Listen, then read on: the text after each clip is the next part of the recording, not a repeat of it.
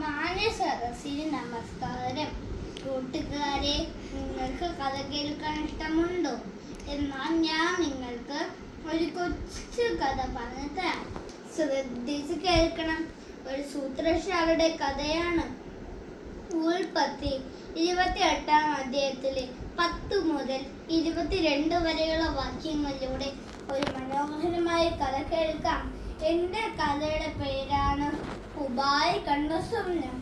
ഉബായ് കണ്ട സ്വപ്നം ബൈബിളിലെ പ്രസിദ്ധ കഥാപാത്രമായ ഇസഹാക്ക് റെബേക്ക ദമ്പതികളോട് ഇരട്ട പുത്രന്മാരായിരുന്നു ഏശാവും യാക്കോബും. ജന്മനാ തന്നെ ചുവന്ന തുടുത്ത ഏശാവിൻ്റെ ശരീരം നിറച്ചു രോമങ്ങളായിരുന്നു. എന്നാൽ യാക്കോബോ തികച്ചും വ്യത്യസ്തനായിരുന്നു. അതുകൊണ്ട് തന്നെ റെബേക്കയ്ക്ക് യാക്കോബിനെ എന്നും ഇഷ്ടം. വീട്ടിൽ സമ്പന്നനായ ഏശാവ് വേട്ടയിറച്ചി കൊണ്ടുവന്ന് അപ്പനായ ഇസഹാക്കിന് സ്വാദിഷ്ടമുള്ള ഭക്ഷണം ഉണ്ടാക്കി കൊടുക്കുമായിരുന്നു. അതുകൊണ്ട് തന്നെ പിതാവിൻ്റെ സ്നേഹം അവനോടായിരുന്നു. ഒരു ദിവസം വേട്ടയാടി ക്ഷീണിച്ച് പങ്കെടുത്ത ഏശാവിന് ഒരു പതിവിൽ നിന്നും ഒരു വ്യത്യസ്തമായ സുഗന്ധം മണത്തു. അത് പായസമാണെന്ന് അവൻ തിരിച്ചറിഞ്ഞു. ഏശാവ് ഓടിച്ച മനുഷ്യനായ യാക്കോബിനോട് ചോദിച്ചു, എനിക്ക് കുറച്ച് പായസം തരുമെന്ന് ചോദിച്ചു. സൂത്രശാലയായ യാക്കോബ് പറഞ്ഞു, പായസം തരാം, പക്ഷേ ഒരു കാര്യം, നിന്റെ ജ്യേഷ്ഠ അവകാശം എനിക്ക് തരണം എന്ന് പറഞ്ഞു.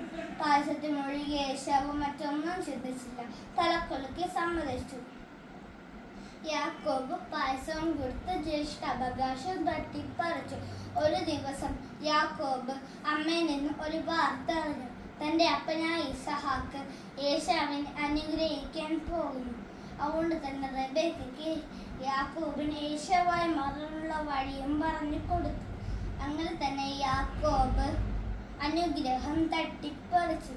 അങ്ങനെ അവരുടെ ശത്രുത വളരുകയും സഹോദര സ്നേഹം നഷ്ടമാവുകയും ചെയ്തു. അങ്ങനെ അവർ വീട് വിട്ടിറങ്ങി. അവൻ നടന്ന് ലൂസ് എന്ന സ്ഥലത്തെത്തി. ആ ഒറ്റക്കായ ആ രാത്രി അവൻ ചെയ്ത തെറ്റുകളെ ഓർത്ത് കരഞ്ഞ് പ്രാർത്ഥിച്ചു. പിന്നെ അവിടെ കടന്ന കല്ലിന് തലേണയാക്കി വച്ചുറങ്ങി. അപ്പോൾ യാക്കോബ് ഒരു സ്വപ്നം കണ്ടു. ഭൂമി മുതൽ സ്വർഗത്തോളം ഒരു ഗോവണി. അത് ദൂതമായി കയറുകയും ഇറങ്ങുകയും ചെയ്യുന്നു. ഒപ്പം ദൈവശബ്ദവും കേട്ടു. ഉടൻ തന്നെ അവൻ എണീറ്റ് ആ കല്ലിനെ തൂണാക്കി നിർത്തിയിട്ട് പറഞ്ഞു, യഹോവ, ഈ സ്ഥലത്തും സത്യം, ഞാനോ അതറിഞ്ഞില്ല. എന്നിട്ട് അവൻ ദൈവത്തിന് നേർച്ച കഴിച്ചിട്ട് ഹരാനിലേക്ക് മടങ്ങിപ്പോയി. അപ്പോൾ നമ്മുടെ ഉപായായ യാക്കോബ് ഉപായം പിടിഞ്ഞ് ദൈവത്തോട് പറ്റിച്ചേർന്ന് നിന്നു. പിന്നെ അവൻ്റെ പേർ മാറി ഇസ്രായേൽ എന്ന പേർ വിളിച്ചു. കൂട്ടുകാരെ, നമുക്ക് ഇതിൽ നിന്ന് എന്ത് മനസ്സിലാക്കാം? ഉപായത്തിൽ നേടുന്ന നേട്ടങ്ങളൊന്നും ശാസ്ത്രമല്ല. നാം ദൈവത്തെ ആശ്രയിച്ച് ജീവിക്കണം. നന്ദി, നമസ്കാരം.